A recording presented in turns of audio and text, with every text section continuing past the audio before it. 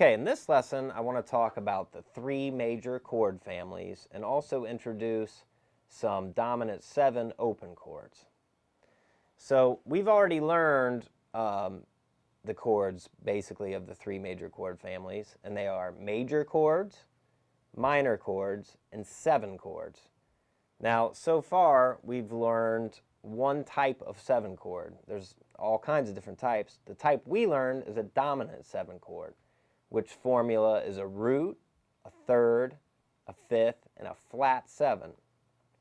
So it's important to kind of recognize the difference in sound of different chords. So a major chord, let's take an E major for an example.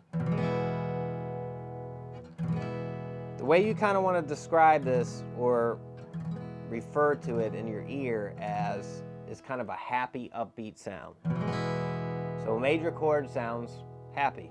A minor chord, when you lower that third, when you flat the third, which is the only difference between a major and minor chord, now, so on an E chord, all you got to do is lift your first finger.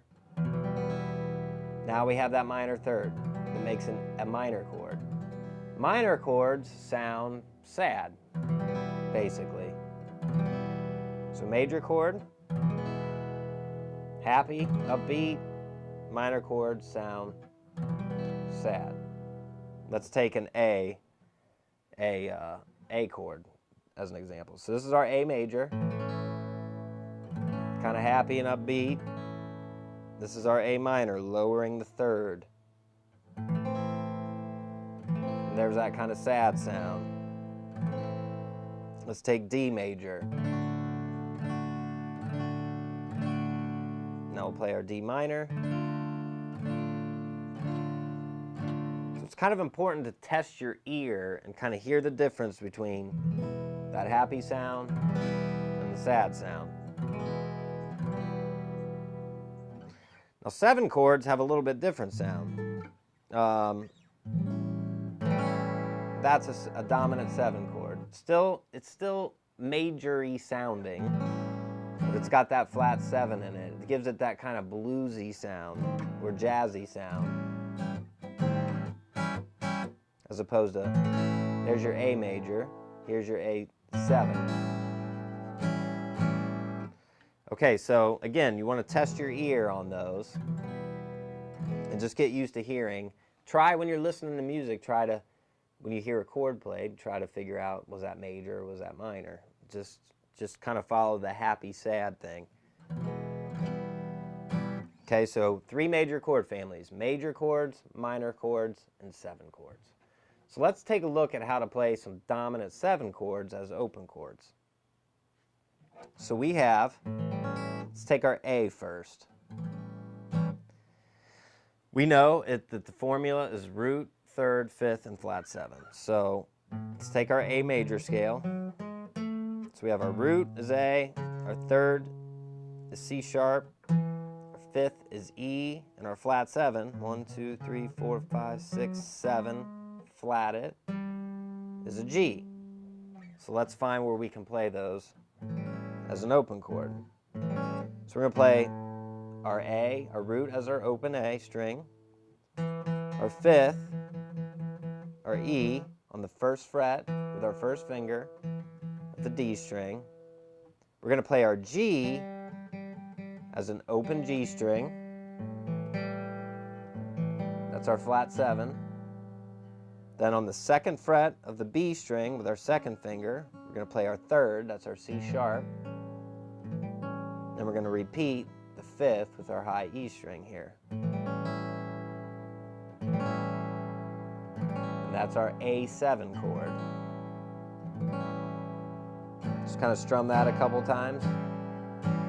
1, 2, 3, 4. 1, 2, 3, 4. Okay, now let's take a look at a D7 open chord. So D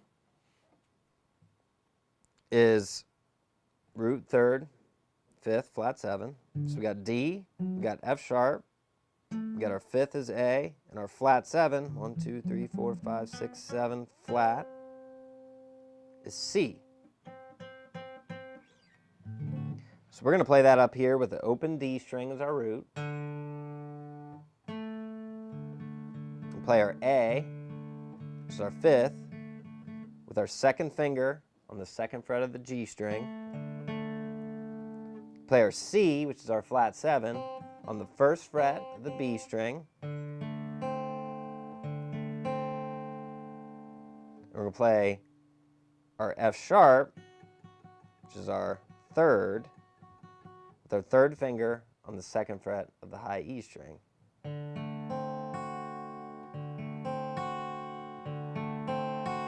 And that's our D dominant 7.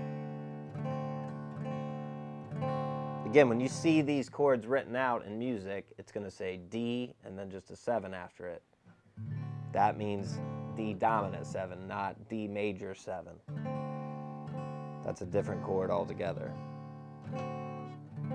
So that's our D7. So let's take a look at one more. E7. So E7, root, third, fifth, and flat 7. We're going to play that right here. Basically, you play an E major chord, which you already know, and just take your third finger off. And that will give you your D note, your open D string, is your flat 7 that you're adding to the E major chord. Pretty easy chord. So we got A7, we got D7, and E7. So these are the three dominant 7 chords of the key of A. We got our 1 chord, we're playing as a dominant 7 chord.